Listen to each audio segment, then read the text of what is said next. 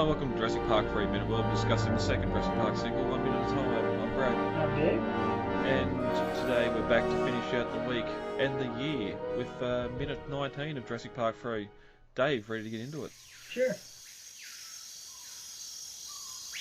As we ended minute 18 of Jurassic Park 3, the aeroplane had dropped down above the treetops of Sauna and was flying over herds of different animals, all running and startled by the sound of the aircraft. As we opened the minute, back inside the aircraft, we panned down the small space, past the cockpit, to Amanda and Paul. Paul rubs Amanda's arm and says, "We did it, honey, we made it," as they go back to looking at the windows. Udesky calls back to Cooper and says, "If you see anything, yell up." Cooper replies, "I thought I'd keep it to myself." At the 10-second mark, Alan realises he's not doing his tour guide duties and says, "I'm sorry, if you look out the left of the aircraft, you can see a whole herd of Brachiosauruses and the male ahead of the herd feeding." At the 18-second mark, Paul calls forward to the cockpit and asks Udesky or Nash if they see anything either. Udesky replies, "Nothing yet, Mr. Kirby." At the 20-second mark, Grant chuckles to himself, not understanding what's happening. He calls to Mrs. Kirby. "Mrs. Kirby, if you look out here, you'll see a whole herd of Triceratops." And he's cut off by Nash, calling to Paul, "Mr. Kirby, we have a landing strip up ahead. Do you want me to set her down?" Paul replies, "No, I told you I want to circle first, see the whole island." At the 32-second mark, Grant says, What do you mean set her down? You can't land here." As Paul and Amanda try and explain to Grant to take it easy and that they can explain everything, Grant unbuckles his seatbelt and makes for the cockpit, saying you cannot land on this island. At the 41-second mark, as Alan stands, behind him Cooper stands also and follows him. At the 44-second mark, we get a point of view of Grant as he's looking at the Kirbys as they're still trying to convince him to sit down, and Paul's face screws up as Grant's hit from behind, and the screen goes blank. At the 47-second mark, we come back on Grant's face as he squints his eyes and slowly opens them. Outside we can hear the jungle noises of birds and insects. At the 55-second mark, Alan gets up slightly and says to Billy, who's kneeling at his feet, "Tell me we didn't land." And as the minute ends, from outside, we can hear Amanda on the bullhorn calling Eric's name. As we open on minute 19, we cut back inside the plane as the camera's moving from the cockpit through to Paul and Amanda, and Paul reaches out and rubs Amanda's arm and says, "We did it, honey, we're here." And behind Amanda you can see Billy taking photos out the plane window, which I can't recall. I'm sure there'd be some professional editing software back in 2001, but even now, if you got the right editing software, you can sort of take some decent photos out of plane window, but for the most part, plane windows aren't the best things to be taking photos out of, just because more so the double glass you got there, so you got dirty. You always have dirt streaks and that in there, and scratches from inside where people are rubbing stuff against the perspex or glass, but... Yeah, that's true. I mean, when I went to the Redwoods, I did take some pictures. We went over one of the national parks. I think it was one of the Canyon National Parks in one of our mountain estates. Mm-hmm. And I did take some photos, and at the time, like you said, they were through double panes of glass. They were foggy, scratchy, and I had to run them through a photo editing software just to get them to look decent. They're actually very good photos once I've cleaned them up. But yeah, there's no way that he's going to get really good photos on his budget. You know, they did have like Adobe Photoshop back then, but it's expensive then, it's expensive now, and there's no way they could probably justify it for their department, you know? Yeah, I don't recall if we actually get a good shot of the camera that Billy's using, if it's a film or a digital camera. I can't remember if it's film or digital, but I do believe it was a Nikon, or maybe it was, I don't know, hold on. Because I'm pretty sure they had Nikon sponsor The Lost World, because they'll film, like, they even called out the fact that they were using it in the film, but, because that'd be different too, because if you're using film photography, then you'd have to then scan, develop and scan. You have to develop and then scan all the negatives. It was a Nikon. Looking at Jurassicpedia here, it's a Nikon F100 camera. Okay. It was introduced in 1999. It's a scaled down version of the F5 from Canon. Well, there you go. So it's not brand new camera equipment of the day. So it's No, possible that he has had it for his adventures off hang gliding and everything else. hmm it is a film camera, yeah. Hmm. And I will admit that as a camera person, if I was shooting far away like this, I probably would have chose a Canon. But then again, being a paleontologist, who wouldn't have known this? I'm a photographer. I like photography as a hobby, so I know this. But I personally would have chosen a Canon because Canons have better clarity, but I do find that Nikons do better color. Like you'll get a better color you'll get a better true to color with a Nikon camera, but you'll get better clarity with a Canon. Well, that'd be like the difference between Nick taking a camera and Alan taking a camera. Yeah. Alan would take a disposable camera out of a vending machine, where Nick would have his duffel bags full of different light sources and everything else. To be fair, paleontologists do use cameras on their dig sites just to document the process and to document the images so Hmm. that they can sketch them out later. Even bone placement, like the arrangement of yeah. Exactly. Yeah. But usually they don't really need or are noted for their photography skills. Yep. Um, Up from the front of the plane, we hear Udesky calling out, "Hey Cooper, if you see anything, yell up." And Cooper responds comedically, "No, I thought I'd keep it to myself." Which, sort of, again, a bit of the banter going on between these two here, and Grant realises he's not doing what he's being paid to do, and starts playing tour guide. He says, "I'm sorry, look everyone, if you look out the left of the plane, you'll see a whole herd of Brachiosaurus. In fact, you can see in the front of the group the alpha male grazing there." And sort of that'd be Grant going off his research of alpha males and how sort of herd mentality act, and not the fact that it's coloured differently, and he hasn't seen the males before. Yeah, I'd have to say he's probably going more based off of research of behavioral paleontology than anything. Just looking at I'm not even sure how he would understand it from fossil records alone. I'd imagine you'd have to be comparing it to contemporary large mammal herding animals. Two questions. One, do you think Sarah's wrote a book? And two, do you think Grant's read it? I'm not sure because I think this is brought up in the script as well. He says something about them being engines monsters or something like that in this minute. Mm.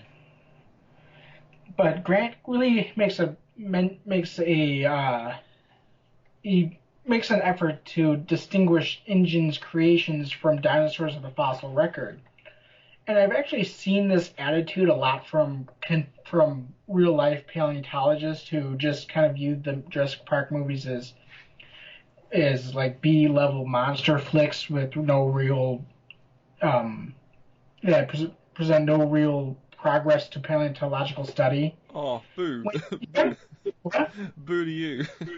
I know, but I mean, you got to remember that in the first Jurassic Park, and to an extent, The Lost World as well, they really made an effort to try to bring these animals and make them feel as contemporary as possible. Mm. And sure, science marches on, and I will always know more by the time the movie comes out, but still, I think that the fact that they make an effort to present them as animals and not just movie monsters should be applauded, because up until Jurassic Park, dinosaurs were always these kind of movie monsters that got delegated to these B-type movies like Beasts from 20,000 Fathoms and The Lost World, the original 1960s version where they glued horns onto an iguana. Yeah, we have come a long way. Yeah. Paul looks forward to the cockpit and yells out, "Udesky, Nash, how about you guys up front seeing anything?"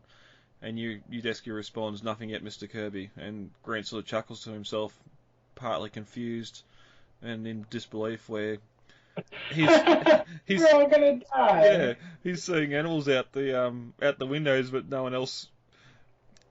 I wonder for a brief moment if he thinks he's dreaming again.